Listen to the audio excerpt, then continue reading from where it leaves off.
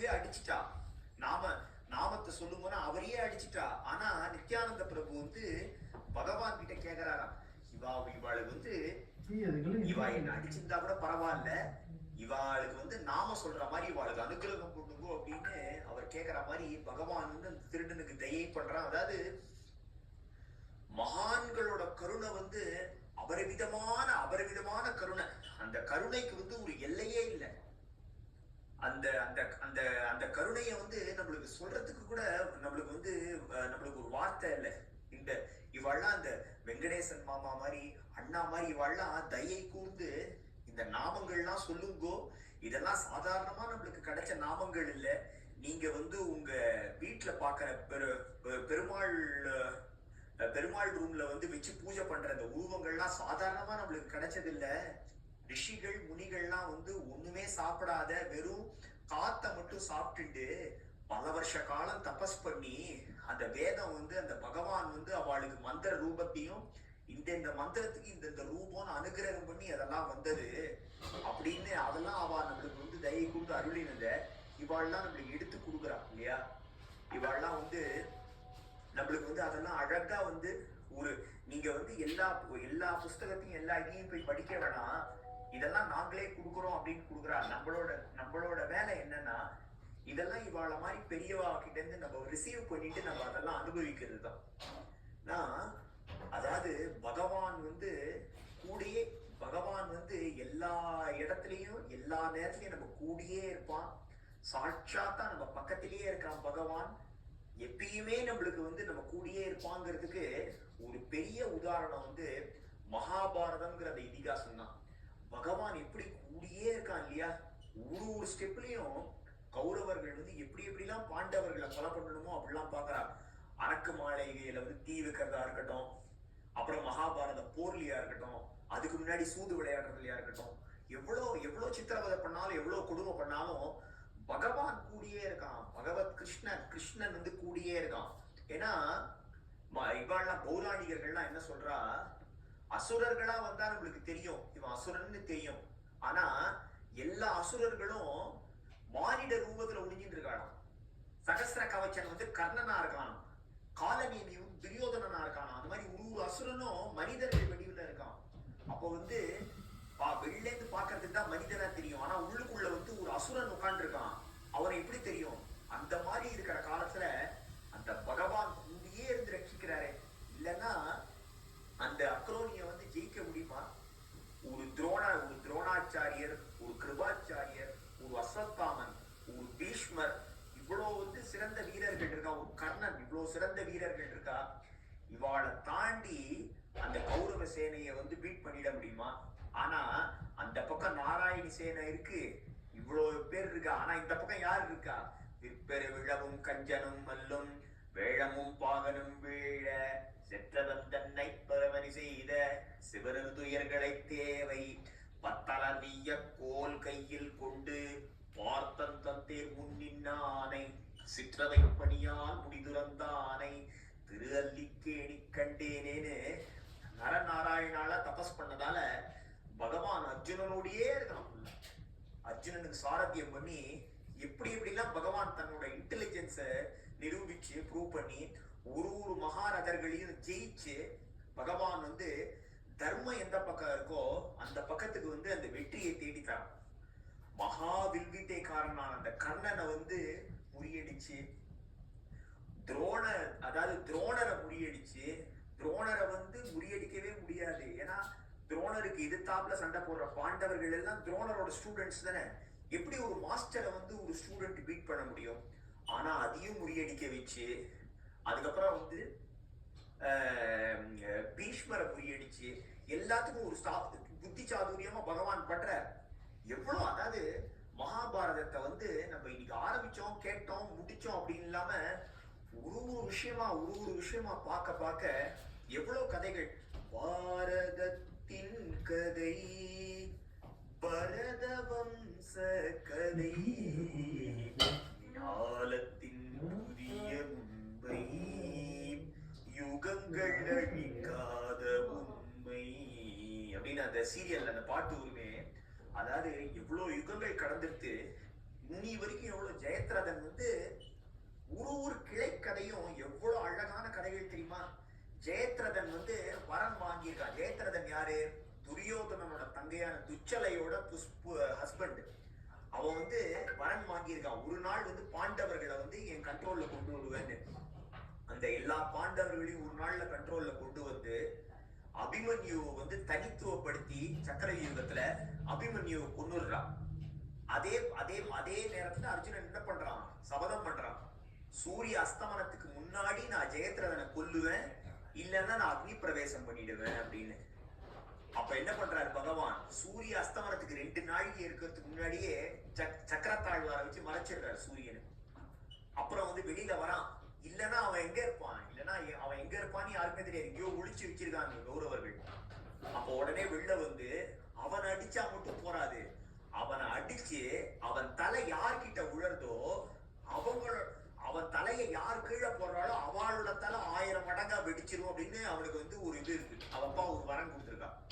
அதனால டே அர்ஜுனா, சூரியன் இருக்கான், ஜெயத்ரதன் இருக்கான், அடி அவன் தலைய அடி. சாதாரணமா அடிச்சா மட்டும் போறாதுடா, அடிச்சு அவங்க அப்பா மடியில போய் உழ வைக்கணும் அப்படின்ற. எப்பேற்பட்ட, அதாவது இந்த மகாபாரதம், ராமாயணம், சுந்தரகாண்டம் இதெல்லாம் வந்து நம்ம வந்து படிக்க படிக்க படிக்க என்ன ஒரு விஷயம் நல்லா தெரியறதுன்னா, பகவான் வந்து எந்த நேரத்திலையும் யாரையுமே கைவிட மாட்டான். பகவான் வந்து பக்த வத்சலன். அதாவது அவரோட கருணை வந்து அப்பேற்பட்ட கருணை. இன்னைக்கு டார்மியா மேடம் சொன்ன மாதிரி, அம்பாள் வந்து இங்கேயோ அந்த சக்தி லோகத்துல இருக்கா, நம்ம இங்க இருக்கோம், நம்ம எல்லாம் வந்து பயப்பட வேணாம். அம்பாள் வந்து நம்ம கூட்டக்குள்ள ஓடி வருவா. அம்மா எனக்கு வேற யாரும் இல்லம்மா, நீ மட்டும்தாம்மா எனக்கு கதி, எனக்கு இந்த மாதிரி எண்ணங்கள் இல்லாம இருக்கு, இந்த மாதிரி இது நல்ல எண்ணங்களா கெட்ட எண்ணங்களான்னு தெரியல, ஆனா நான் எப்ப பார்த்தாலும் உன்னையே நினைச்சுட்டு இருக்கிற, ஆசைப்படுறேம்மா, எனக்கு நீ தான் அனுகிரகம் பண்ணணுமான்னா அம்பாள் வந்து எல்லாத்தையும் தூக்கி போட்டுட்டு நம்ம கிட்ட ஓடி வந்துருவாளே. அப்பேற்பட்ட அந்த வாஞ்ச உண்டு. 2வது, மகான்கள் மூலியமா நம்மளுக்கு அனுப்புவா. சாதாரணமான ஒரு குலத்துல பிறந்தாலும் சரி, உயர்ந்த குலத்துல பிறந்தாலும் சரி, பகவான் உடம்புல இருந்து எங்கேந்து வந்தாலும் சரி, யார் வந்து உசத்தி யார் தாழ்த்தின்னு பிரதிஷ்டானபுரத்துல சுத்தி பத்திரம் வாங்க போகும்போது ஞானேஸ்வரர் கேட்கிறாரே, சரி நீங்க சொல்ற மாதிரி இந்த வர்ணத்தவாள்லாம் கால்லேந்து வந்தவா, இவா ஊரு தொடையிலேந்து வந்தவா, இவா புஜங்கள்லேந்து வந்தவா, இவா திருமுகத்திலேருந்து வந்தவான்னு நீங்க சொல்றீங்களே, பகவானோட முகம் திருமுகம் பெருசுன்னா அப்ப பகவானோட பாதம் பெருசு இல்லையா? பகவானோட பாதம் பெருசுன்னா பகவானோட ஊருங்கிற தொடை பெருசு இல்லையா? பகவானோட தொடைகள் பெருசுன்னா பகவானோட புஜங்கள் பெருசு இல்லையா? அது சிறப்பு மிக்கிறது இல்லையா அப்படின்னு கேக்குறார் ஞானேஸ்வரன். அந்த மாதிரி இந்த மகான்கள்லாம் என்ன சொல்றாங்கன்னா, நீ எங்க வேணா போற, அதை பத்தி பிரச்சனை இல்லை, நீ எந்த குடும்பத்துல வேணா, எந்த குடும்பத்துல இருந்து வேணாலும் வா, அதை பத்தி பிரச்சனை இல்லை, ஆனா அந்த பகவான் நாம உங்ககிட்ட இருந்தா அந்த பகவான் வந்து உன்னை அவனோட சேர்த்துருவான் அப்படின்னு. நம்ம வந்து சோக்காமேளர் எப்படி நாமதேவருக்கு வந்து நன்றி கடன் பட்டவரா இருந்தாரோ, அந்த மாதிரி நம்ம அண்ணா நம்மளுக்கு கொடுத்த இந்த நாமத்தை வந்து அவ்வளோ வந்து நம்ம சிறமேற் கொண்டு, நம்ம அண்ணா வந்து இந்த நாமத்தை நம்மளுக்கு கொடுத்துருக்க, இந்த நாமத்தை வந்து நம்ம உயிரும் மேலான்னு நம்ம வச்சுக்கணும், நம்ம வந்து இதை ஜபிச்சுட்டே இருக்கணும், இந்த நாமா வந்து நம்மளோட ஆத்மாவோடயே ஒட்டின்னு இருக்கணும். பகவானோட அனுகிரகத்துல நம்மளுக்கு அடுத்த பிறவி, போன பிறவி எப்படி இருந்ததுன்னு நம்மளுக்கு தெரியாது, அடுத்த பிறவி எப்படி இருக்க போகுதுன்னு நம்மளுக்கு தெரியல, ஆனா நம்ம இந்த நாமாவை சொல்ல சொல்ல பகவானே அதுக்கு ஏத்த மாதிரி ஒரு பிறவியில நம்மள வந்து பிறக்க வைப்பான். அவர் வந்து அவரோட பாட்டுல சொல்றார், விட்டல மந்திர த்ரயக்ஷரி ஓமி சாகிதரி நிர்தாரி சோகாமணே மாசா குரு தன்ய தன்ய நாமதேவா. நாமதேவருக்கு நன்றி சொல்றாராம். அதாவது இந்த விட்டல மந்திர திரையக்ஷரிய நான் வந்து கோவில்ல போய் பகவானை பார்த்ததில்ல, உம்பத்யாதி கைஷே சிவு ஆமியாதிஹீன ரூப துஜே கைசே பாகு கியாதஹாமிதீன. கோவில் வாசலுக்குள்ளேயே போக முடியாது, பகவான் வந்து இப்படிதான் இருக்காரு, எங்கேயா சித்திரப்படத்தை பார்த்தாலாம் உண்டு, பகவானையே பார்க்கல, ஆனா பௌருஷி ஹோவுதங்க ஹாவுனி அபங்க आते घरी नाचे मासा सखा पांडुरंग. அதாவது பாண்டுரங்கரை பார்க்கவே முடியலன்னு நினைச்சிருந்தேன், என் குருநாதர் அனுகிரகம் பண்ணிட்டான்னு சொல்றாரு. அதாவது சாதாரணமா பிறந்திருக்க, ஆனா எவ்வளவு பக்தி பாருங்க உள்ளுக்குள்ள. அவரோட ஒய்ஃப் சுயிரா பாய்க்கு, அப்புறம் பங்கா மகாருக்கு, அப்புறம் அவரோட தங்க நிர்மலா பாய்க்கு 3 பேருக்கு உபதேசம் பண்றாராம். பாக்யவந்தாகரி பஜன கீர்த்தன தாச்ச பாட்டி பாயே ரகுநந்தன. எந்தெந்த வீட்டுலலாம் சத்சங்கம் நடக்கிறதோ, எந்தெந்த வீட்டுலலாம் ராமகிருஷ்ண ஹரி வாசுதேவ ஹரி நாம ஒலிக்கிறதோ, அந்தந்த வீட்டுக்கெல்லாம் அந்த ரகுராமனான அந்த ராமச்சந்திரமூர்த்தி அவனே வரான் அந்த வீட்டுக்குன்னு சொல்லிட்டு சொல்ற. பூர்வ ஜென்மச்சாச்சே அசேல புண்ணியாச்சே சாத்தா முக்கி நாம ஸ்ரீ ராமகிருஷ்ண ஹரி. இந்த ராமகிருஷ்ண ஹரின்ற அந்த நாமத்தை சொல்றதுக்கு நம்ம பூர்வ ஜென்மத்துல புண்ணியம் பண்ணியிருக்கணுமா. அப்போ இதை நம்ம ரிவர்ஸ்ல கூட புரிஞ்சுக்கலாம் இல்லையா. நம்மள புண்ணியம் பண்ணவளா உணர்ந்துப்போம். அந்த பகவானும் பகவான் நாமாவும் வேற வேற இல்லை. அந்த பகவான் நாம ராமகிருஷ்ண ஹரி வாசுதேவரி, ராமகிருஷ்ண ஹரி வாசுதேவரி. இந்த க்ஷணத்தை நான் சொல்றேன். அப்ப என்ன அர்த்தம்? நான் பூர்வ ஜென்மத்துல புண்ணியம் பண்ணியிருக்கேன். இன்னைக்கு எனக்கு நினைவு இருக்கு, எனக்கு உயிர் இருக்கு, எனக்கு இந்த சத்சங்கம் கிடைச்சிருக்கு, இந்த நாமம் கிடைச்சிருக்கு. யார் மூலமா இதை கேட்டாலும் பரவாயில்ல. ஏதோ ஒரு சின்ன பையன் இந்த காலில் சொல்றான், இருந்தாலும் ஏதோ ஒரு 2ஆம் கட்டாந்தரமா தான் சொல்றான் அந்த பையன், அது பரவாயில்ல. ஆனா இந்த நாமம் கிடைச்சிருக்கே, நம்மளுக்கு இப்ப பொழுது இருக்கே, நம்மளால சொல்ல முடியறது. ஏதோ அந்த பகவானோட கடாட்சத்துல அனுகிரகத்துல நம்ம தெம்பா இருக்கோம், நம்மளுக்கு நினைவு இருக்கு, நம்ம உடம்புல மூச்சு இருக்கு, நம்மளால இந்த நாமத்தை சொல்ல முடியுது. நம்ம ஒரு 10 நாமாவை சொல்லுவோம் அப்படின்னு மகான்கள்லாம் நம்மளுக்கு காமிக்கிற அந்த வழியை. ரொம்ப கஷ்டப்படாது எழுப்பா, ஈஸியான ரூட்டு. இருந்த இடத்தில் இருந்தபடியே இருவினை மாற்றிடும் கீர்த்தனம் பாடீரே. ஹரே ராம ராம ராம ஹரே ஹரே, ஹரே கிருஷ்ண கிருஷ்ண கிருஷ்ண ஹரே ஹரே. எந்த விதமான இக்கட்டான சூழ்நிலையை கூட அந்த பகவான் மாத்திடுவானே. துர்வாச முனிவர்கிட்ட இருந்து சாபா வாங்க தெரிஞ்ச திரௌபதி எப்படி ஒரு சின்ன கீரை துண்டால பகவான் காப்பாத்தினான் இல்லையா. பகவான் பக்த வத்சலன். பகவான் பாகவத பிரியனே. பக்தர்கள்னா அவங்க அவ்வளோ தூரம் மழை பெஞ்சிட்டு இருக்கும் போது தேவர்கள் அனுப்பிச்சிருக்கலாமே, இல்லைன்னா அவ்வளவு 33 கோடி தேவர்கள் இருக்கா, அவளை அனுப்பிச்சிருக்கலாம், கருடனை அனுப்பிச்சிருக்கலாம், ஆஞ்சநேயர் அனுப்பிச்சிருக்கலாம், எவ்வளோ பேர் இருக்கா அந்த பகவான் கடியில. ஆனா அவ்வளோ மழை பெஞ்சிட்டு இருக்கு, அந்த செத்த மாட்டை தூக்கி போடுறதுக்கு சோக்கா மேலத்தான் யார் போய் நிக்கிறா. மழையில செவுரெல்லாம் இடிஞ்சு போகும்போது அந்த செவுத்தரெல்லாம் சரி பண்றதுக்கு யார் போய் நிக்கிறா. பக்தியிலேயே லயிச்சு பாண்டுரங்கா பாண்டுரங்கா பாண்டுரங்கான்னு இந்த உலகத்தை மறந்து தன்னோட குழந்தைய மிதிச்சு சாகடிச்சுட்டு, அதனால தன்னோட 2 கைகளையும் போக்கிட்டு நின்றவருக்கு 2 கைகளா யார் போய் நின்றா. அந்த நரஹரி சோனாருக்கு யார் போய் நின்னா இல்லையா. சேனாநாவிதருக்கு யார் போய் நின்னா, ஜனாக்கு யார் போய் நின்னா, ஜனாக்கு யார் போய் சப்பாத்தி மாவு செஞ்சு கொடுத்தான். எப்பேற்பட்ட கருணை அந்த பகவான் தன்னோட, அதாவது பக்தர்களோட வீட்டு வேலையை செய்யறான் பகவான். எப்பேற்பட்ட ஒரு பக்த வத்சலன் பாருங்க. பகவான் ஒன்னே ஒண்ணுதான் கேட்கிறான், நீ உன்னோட மனசை எனக்கு கொடு, நான் என்னையே உனக்கு கொடுக்குறேன் அப்படின்னு சொல்றான். அதே மாதிரி இந்த அபங்கங்கள்லாம் நம்மளுக்கு புரியாட்டி கூட பரவாயில்ல, அதை கேட்டா எவ்வளவு மனசுல ஒரு ஆனந்தம் ஏற்படுறது. பண்டரி சவாச சந்திரபாகி ஸ்நான ஆணிக தர்சன விடோபாச்சே முகி சதா நாம சந்தாச்சே தர்ஷன. வாயில உன் நாம இருந்துட்டே இருக்கணும். சந்தாச்சே தர்ஷன, மகான்களை தரிசிச்சுட்டே இருக்கணும்.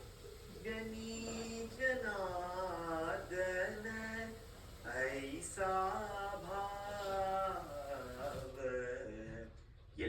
ஜனங்களுக்குள்ளேயும் ஜனார்தன நான் உன்னை பார்க்கணும். நாமாமணே துஜே நித்ய மகாத்வாரி, மகாத்வாரி உன்னோட கதவுகள் பக்கத்துல இருந்துட்டு எப்ப பார்த்தாலும் உன்னை பாடிண்டே இருக்கணும். எப்படி பாடணும்? கீர்த்தன கஜரி சப்ரேமா பண்டரி சவாச. எவ்வளோ ஜென்மம் இருந்தாலும் பண்டரிபுரத்திலேயே பிறக்கணும், சந்திரபாகால ஸ்நானம் பண்ணணும், விட்டல் விட்டல் சொல்லிட்டே இருக்கணும், எப்ப பார்த்தாலும் வாயில ராமகிருஷ்ணாரி வாசுதேவரின்னு சொல்லிட்டே இருக்கணும். பாண்டுரங்கா உன்னை விட்டுட்டு எங்கேயும் என்ன அஞ்சிடாத பாண்டுரங்கா, நான் இங்கேயே இருக்கேன் பாண்டுரங்கா, நான் ஞானாவோட போல பாண்டுரங்கா, நான் இங்கேயே உன்னோட இருக்கேன். நான் தீர்த்த யாத்திரை போல, தீர்த்த யாத்திரை போனா எல்லாத்துலயும் யாரு இருக்க போறா? காசியில விஸ்வநாதராகவும் திருப்பதியில பாலாஜியாவும் எல்லாம் நீந்தன பாண்டுரங்கா இருக்க. கன்னியாகுமரியில ராமநாத சுவாமியாவும் சரி, எல்லாருக்கும் நீந்தன பாண்டுரங்கா இருக்க. நான் ஏன் அங்கெல்லாம் போனோம்?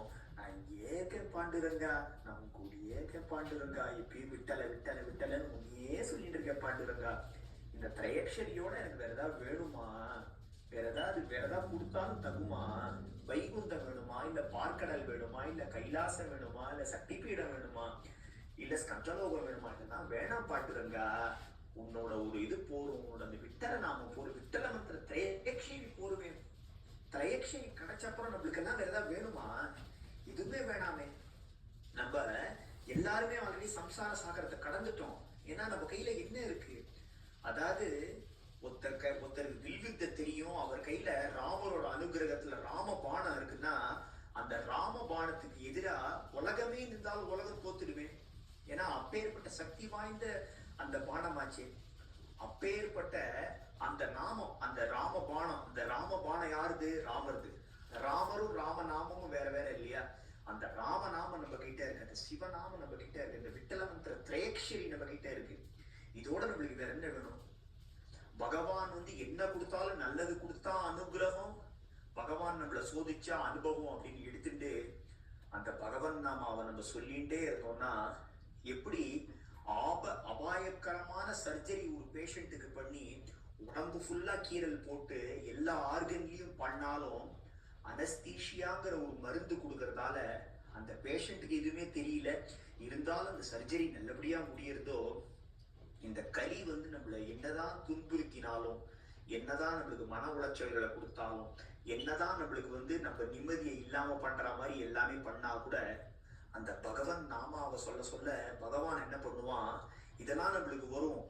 எப்படி நம்ம பல்ல புடுங்கும் போது வாயில அனஸ்தீஷியா கொடுப்பான். அப்போ நம்ம கண்ணு முன்னாடிதான் அந்த டாக்டர் கொரடாவை போட்டு அந்த பல்ல இழுப்பான். அது நம்மளுக்கு தெரியும், ஆனா அந்த வலி நம்மளுக்கு தெரியாது.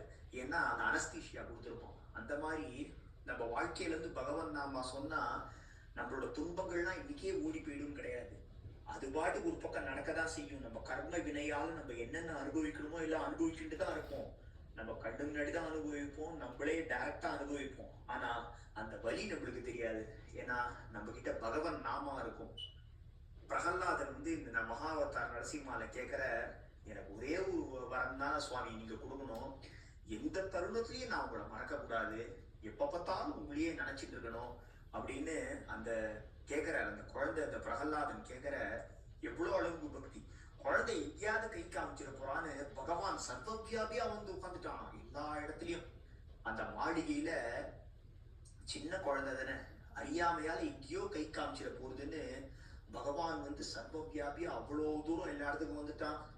துருவனுக்கு எவ்வளவு பக்தர்களுக்கு எப்படி எப்படிலாம் பகவான் இறங்கி, அதாவது அடியவருக்கு அடியவன் அப்படின்னு அந்த அளவுக்கு ஒரு தாசனா இந்த மாதிரி பக்தர்களுக்கு எல்லாம் தாசியம் பண்ணியிருக்கான்னா எவ்வளவு ஒரு பெரிய கருணை. நம்ம பேப்பர்ல என்ன எழுதியிருக்கோம், ஆனா பகவான் எவ்வளவு அள்ளி அள்ளி மார்க் போடுறான் நம்மளுக்கு. எவ்வளவு நம்ம எல்லாரையும் எவ்வளவு சௌக்கியமா வச்சிருக்கான் பகவான், எவ்வளவு ஐஸ்வர்யங்களை கொடுக்குறான், எவ்வளவு சௌபாகியங்களை நம்மளுக்கு கொடுக்குறான். நம்ம எப்ப பார்த்தாலும் அது எனக்கு நான் இவ்வளவுதான் பண்றேங்கா பண்ணேன், ஆனா எனக்கு நீ இவ்வளவு கொடுத்துட்டேப்பா பண்றேங்கான்னு அந்த நினைப்பே நம்மளுக்கு சந்தோஷம் தான். நம்ம பாண்டுரங்கரை சாட்சாத்காரம் பண்ண தேவையில்லை, அந்த நாம இனிமை. உன்னோட நாமத்தை நான் சொல்றேன் பாண்டுரங்கா, அதோட இனிப்பு தன்மை என் மனசுக்கு கொடு, அதை நான் எப்போ பார்த்தாலும் சொல்லிகிட்டே இருக்கேன் அப்படின்னு வந்து நம்ம அந்த பகவானை பிரார்த்தனை பண்ணிப்போம். எப்போ பார்த்தாலும் இந்த இதிகாசங்களையும் சரி, அதாவது பகவானே வந்து ரத்தமும் சதையுமா ஜனங்களோட வந்து வாழ்ந்து அவனோட கருணையை காமிச்சதா இருக்கட்டும், மகான்கள் வாழ்க்கை மூலமா பகவானை எப்படி போய் நம்ம சென்றடையணும்னு அவள்லாம் கலங்கரை விளக்கங்களா இருந்துட்டு நம்மளுக்கு வந்து சொல்லிட்டு இருக்கா. அதையும் சரி, நம்ம எப்போ பார்த்தாலும் சதா சர்வான அதை வந்து தியானிப்போம், அந்த அபங்கங்களை கேட்போம். அதாவது music is the shortest route to achieve God என்னை பொறுத்த வரைக்கும். ஏன்னா நம்ம வந்து பாடும்போது, நம்ம பகவானை பத்தி பாடும்போது ராகம் இல்லாட்டியும் பரவாயில்ல, தாளம் இல்லாட்டியும் பரவாயில்ல, பகவானோட அனுகிரகத்துல அந்த ஒரு அனுராகம் வந்துடும். நம்மளுக்கு மொழியே புரியலன்னா கூட, புரந்தரதாசர் கிருதிகள்லாம் கன்னடத்துல இருக்கு, நம்மளுக்கு மொழியே புரியலன்னா கூட அவ்வளோ ஒரு அனுகிரகம் கிடைச்சது. அதாவது நாரத ரிஷி வந்து புரந்தரதாசரா வர, பிரம்ம ரிஷியான நாரதர் வந்து வர, இந்த ஜெகதோத்தாரணா பாட்டை இந்த ராகுல் வெள்ளல்கிறவர் பாடியிருக்காரு. எவ்வளவு அழகா பாடுறாருல்ல. அதாவது பகவான பக்கத்திலேயே இருந்து அவள்லாம் நித்தியமும் ஆராதிக்கக்கூடியவா, நித்திய சூரியகள் அவள்லாம். அவா வாயிலேருந்து அவ வந்து பூலோகத்துக்கு ஒரு மனுஷனா வந்து அவ பாடி அதை கேட்கும் போது எவ்வளவு நம்மளுக்கு ஒரு ஆனந்தமா இருக்கு. ஜெகதோதாரணா பரம புருஷனா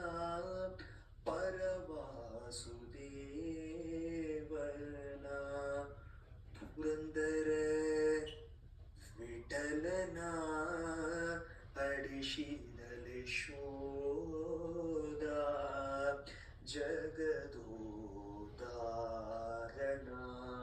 இந்த ஜெகத்தை உத்தாரணம் பண்ணது நீதான் பிரபு, அழகா ஒண்ணுமே தெரியாத ஒரு குழந்தை மாதிரி அந்த யசோதைகிட்ட விளையாடுறேன்னு அவ்வளோ அழகா பாடுறார்.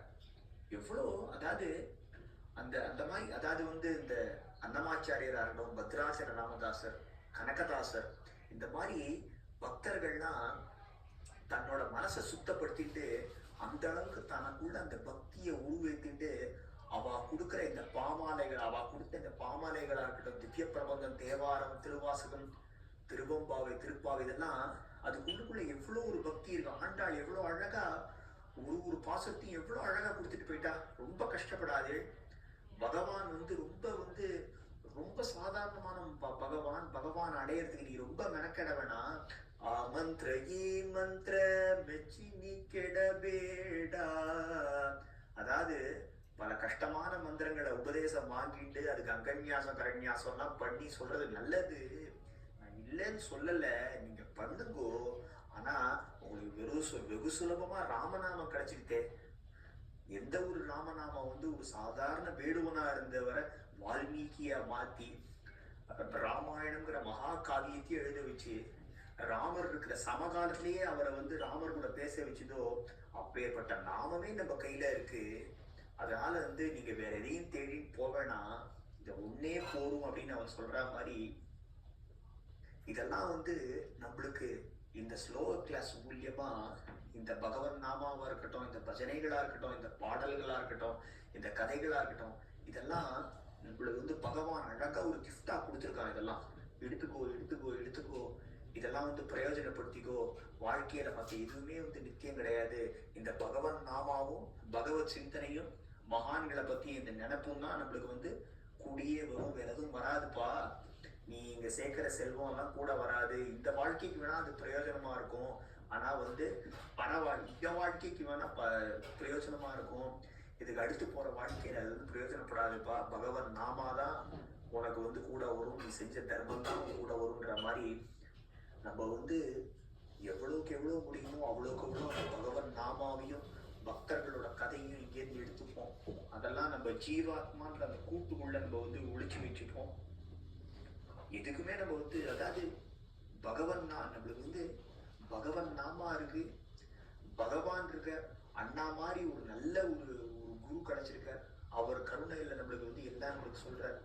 கிருஷ்ணமூர்த்தி வெங்கடேசன் மாமா மாதிரி, அப்புறம் வந்து இவங்க நம்ம தாருண்யா மேடம் மாதிரி பல நல்லவர்கள் இருக்கா. அவள்லாம் வந்து அவளோட ஞான அனுபவங்களை வந்து நம்மளுக்கு கொடுக்குறா. இது எல்லாத்தையும் நம்ம வந்து ஆசையா எடுத்து ஆசை தீர தீர தீர நம்ம வந்து பருகுவோம். எப்படி நல்ல வெயில்ல போயிட்டு அப்புறம் வீட்டுக்கு வந்து பானை ஜலம் வந்து எப்படி அமிர்தமா இருக்கோ, இதெல்லாம் வந்து நம்ம மனசுக்கு ஒரு அமிர்தம். இந்த நாமம், இந்த கதைகள், இந்த காலக்ஷேபங்கள் இதெல்லாம். அதனால இதுலேருந்து நம்ம வந்து எவ்வளோக்கு எவ்வளோ எடுத்துக்க முடியுமோ அவ்வளோக்கு எவ்வளோ நிறைய எடுத்துப்போம். நம்மளுக்கு இந்த நாமம் கிடைச்சதே நம்மளுக்கு வந்து ஒரு பெரிய, நம்ம ஆல்ரெடி அந்த இடத்த அடைஞ்சிட்டோம். நம்ம எந்த இலக்குக்கு போறோமோ, எந்த இலக்குக்கு நம்ம போக வேண்டிய உள்ளதோ அந்த இலக்கில் தான் நம்ம ஆல்ரெடி இருக்கோம். அதனால எல்லாரும் ரொம்ப சந்தோஷமா இருப்போம். இந்த இந்த இந்த சந்தோஷத்தை வந்து நம்ம எப்பயும் அனுபவிச்சுட்டே இருப்போம். அதாவது தனியா ஒரு நாமம் சொல்றதுன்னு இல்லாம, சரி நம்ம ஒரு அரை மணி நேரம் இப்ப சந்தோஷத்தை அனுபவிப்போம், நம்ம ஒரு 1/4 மணி நேரம் சந்தோஷத்தை அனுபவிப்போம். விட்டலா, நான் உன்னோட இப்ப இருக்கேன் விட்டலா அப்படின்னு. அதாவது பகவன் நாமா சொல்றது வெறும் ஒரு மெக்கானிக்கல் ஜாபா இல்லாம, விட்டல விட்டல விட்டல விட்டல விட்டல விட்டல விட்டல விட்டல விட்டல விட்டலன்னு பகவானோட நம்ம இருக்கிறது. ஏன்னா பகவன் நாமா நம்ம நாக்குல இருக்கு. பகவன் நாமாவும் வேற இல்லை. பகவன் நாமாவை சொன்னா பகவான் ஓடி வந்துருவான். அப்போ நம்ம என்ன வெறும நாமத்தியா சொல்றோம்? பகவானோட அந்த இடத்துல இருக்கோம். நம்ம வந்து உபவாசத்துல இருக்கோம். உபவாசம்னா பகவானுக்கு பக்கத்துல இருக்கோம் அப்படின்னு ஒரு அர்த்தம் இருக்கு இல்லையா? அதனால இந்த நாமத்தை நம்ம வந்து எப்படி நம்மளுக்கு பிடிச்ச ஒரு பானமோ பிடிச்ச ஒரு உணவோ நம்ம வந்து பொறுமையா ரசிச்சு ருசிச்சு அந்த உணவை நம்ம சாப்பிடுற மாதிரி நம்ம வந்து இந்த பகவன் நாமாவை கொஞ்சம் கொஞ்சமா பருகி நம்ம வந்து சந்தோஷமா நம்ம இருப்போம். ஜெய் ஸ்ரீராம்.